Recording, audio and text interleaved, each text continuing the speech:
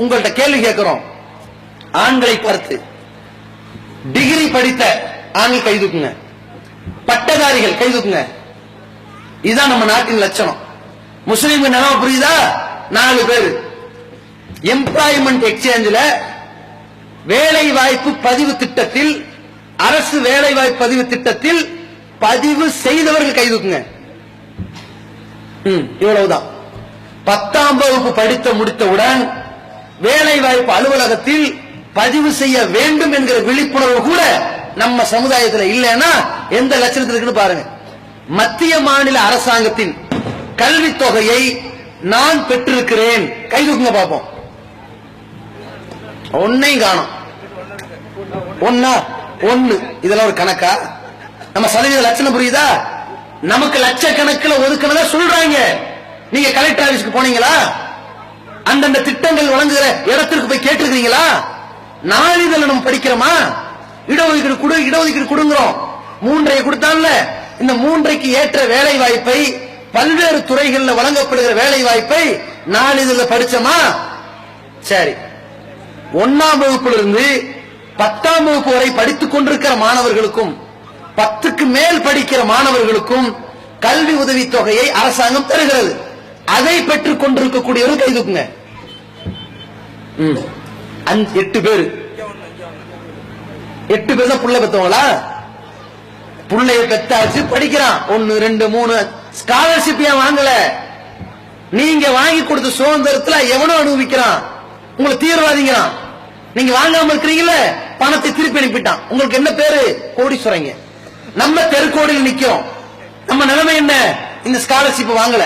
சரி, 10ஆம் வகுப்புக்கு மேல அரசாங்கம், தமிழக அரசு அறிவியல் பாடத்தை படிப்பவர்களுக்கு சிறப்பு ஊக்கத்தொகை தருது. அந்த ஊக்கத்தொகை பெற்றவர்கள் யாரு? ஒன்னும் கூட பெறல. பத்தியலா? இதான் நம்ம நிலைமை. சரி, இன்ஸ்பயர் என்ற ஒரு கல்வி ஊக்கத்தொகை திட்டம் இருக்குதுங்க. இந்த இன்ஸ்பயர் ஊக்கத்தொகை நம்ம பெறல. அதே போல ஒரு குடும்பத்தில் கணவன் பள்ளிக்கூடத்து படிப்பை தாண்டல, 10ஓ 12ஓ முடிச்சுக்கிட்டாரு. மனைவி 10ஓ 12ஓ முடிச்சுக்கிட்டாங்க. சரியா? 10ஓ 12ஓ முடித்துக் கொண்ட கணவன் மனைவி கை தூக்குங்க. 10 12 தான் நான் படிச்சேன், எல்லாரும் கை தூக்குங்களேன். நான் 10 பட்டதாரி இல்ல, எல்லாரும் கை தூக்குங்க. பெண்களும் தான் 10 12 நாங்க அதை படிச்சதோட முடிஞ்சு போச்சு.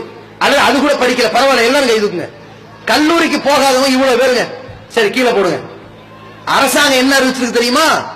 கணவன் மனைவி படிக்காதவர்களாக, பட்டதாரியாக இல்லாமல் இருந்தால், நீ டிகிரி வாங்காமல் இருந்தால், உங்கள் குடும்பத்தில் முதலில் படிக்க பட்டதாரி இருக்கானே, +2 முடிச்சுட்டோ 10th முடிச்சுட்டோ ஒரு டிப்ளமோ அல்லது BE இன்ஜினியரிங் படிக்க போறான்ல, அவனுக்கு முதல் படித்த பட்டதாரிக்கு அரசாங்கம் உதவி செய்யறேன்னு சொல்லுது. அந்த உதவியை பெற்றவர்கள் கை தூக்குங்க. 1 2 3 7 பேர். அதாவது படிக்காத தம்பதியர் தூக்குறது அத்தனை பேரும். சரியா? 1000க்கு 7. அப்ப எந்த அளவுக்கு நமக்கு அரசாங்கத்தை தொடர்பு பாருங்க. மத்திய அரசின் உதவியை பெறல, மாநில அரசின் உதவியை பெறல. அதே மாதிரி அடுத்த ஒரு கேள்வி, கடைசியில் வேற ஒரு கேள்வி இருக்கு. அடுத்த ஒரு கேள்வி, அரசாங்கத்தில் தமிழ்நாட்டில் ஃபர்ஸ்ட் கலைஞர் காப்பீடு திட்டம் இருந்துச்சுங்க. அதுக்கு ஒரு தொகையெல்லாம் போட்டு ஒரு கணக்கு இருந்துச்சு. இப்ப அம்மா திட்டம் இருக்குல்ல, காப்பீடு திட்டம், இந்த மருத்துவ திட்டத்தில் இணைந்தவர்கள் மட்டும் கை தூக்குங்க. அப்ப மத்த யாருக்கும் நோயே வராதா? புரியுதா இப்ப நிலைமை? நம்ம மக்கள் என்னடான்னா கிளை மாவட்டத்துக்கு ஜக்காத்து கேட்டு எழுதுறாங்க. அதுதான் கேவலம். அரசாங்கத்தின் உரிமையை விட்டுட்டு போறமை தான் கேவலம். அட, இந்த நாட்டுக்கு நம்ம கஷ்டப்பட்டு இருக்கிறோம், போராடி இருக்கிறோம், ரத்தம் சிந்தி இருக்கிறோம். இந்த நாட்டில் நம்மையும் ஒரு குடிமகனாக மதிச்சு ஏதோ கொஞ்சம் கொஞ்சம் கொடுக்கறது கூட பெறாமல் இருந்தால் என்ன அர்த்தம்? அதுக்கான திட்டங்கள் நம்முடைய ஜமாத் ஏற்பாடு செய்து கொடுக்கும், மாணவர்கள் ஏற்பாடு செய்து கொடுக்கும். அதற்காக ஒவ்வொரு ஊர்லயும் கவுன்சிலர்களை வைத்து நாங்க முகாம் ஏற்பாடு பண்றோம். அப்ப வந்து வாங்கிக்கிறீங்களா? அதை பயன்படுத்துங்க. ஒவ்வொரு வருடம் இது ஹராம் கிடையாது. லைஃப் இன்சூரன்ஸ் அதான் ஹராம். பணத்தை கொடுத்து வட்டி வாங்கி திங்கிறான், அது ஹராம். இது மெடிக்கல் இன்சூரன்ஸ், உங்களுக்கு பணம் வராது, நிவாரணம் தருவான் நோய் வந்தா. அது அரசாங்கம் பார்க்கும்.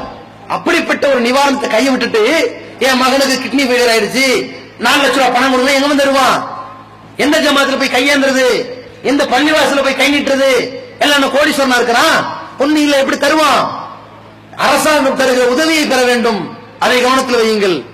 அதே போல உலமாக்கல் நலவாரியம், இந்த நாட்டின் சுதந்திரத்திற்காக உலமாக்கல் 5200 மார்க்கறிஞர்கள் சுட்டு வீழ்த்தப்பட்டார்கள்.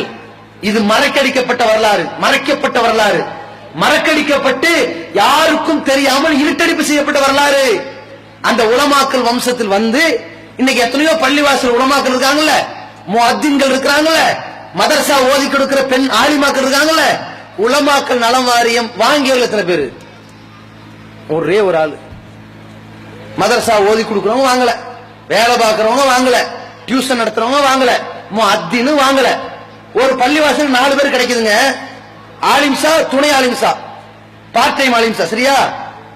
மோதினாரு, துணை மோதினாரு, பெண்கள்லயும் ஓதி கொடுக்கிற உஸ்தாபி, இவ்வளவு தராங்க. உலமாக்கல் நலம் வாரியம் வாங்கல.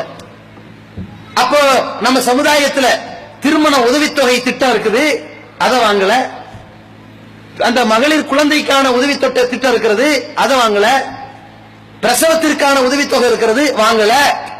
அப்ப இந்த நாட்டினுடைய எந்த உரிமையையும் நம்ம பயன்படுத்தலைன்னா பயன்படுத்த கூடாது தெரியல. அவ்வளவு அறியாமையில இருக்கிறோமே. இதற்கான விழிப்புணர்வை பெற வேண்டும், நம்ம மாறணும். கப்பல் துறையை உண்டாக்குறது நம்ம, அதில் நாம போய் வேலைக்கு சேரணும். ராணுவத்தை உண்டாக்குறது நாம், சாலை போட்டது நாம், இந்த நாட்டுக்கு நிர்வாகத்தை சொல்லிக் கொடுத்தது நாம். இந்த நாட்டின் எல்லா துறைகளிலும் முஸ்லிம்கள் தான் பங்கேற்க வேண்டும். அவ்வளவு உரிமை பெற்ற நாம் இன்றைக்கு கேள்விக்குறியா இருக்கிறோம். பாஸ்போர்ட் உள்ளவர்கள் எத்தனை பேர்? கை தூக்குங்க. அதுயா ஒரு ஆள் பாக்கி இருக்கா? கை தூக்குங்க, ஆண்கள் கை தூக்குங்க, கேமரால பதிவாகட்டும். உங்களுக்கு எல்லாம் பாஸ்போர்ட் வாங்கி வெளிநாட்டுக்கு போய் என்ன பட்டதாரியா, ஆடிட்டரா, இன்ஜினியரா? அங்க ஒட்டது பல்லு தைக்கிற வேலை, கேவலமா இல்ல? பல்லுனா பராமரிப்பு வேலை, பேரிச்சம்பள தோட்டங்களை பராமரிக்கிற வேலை.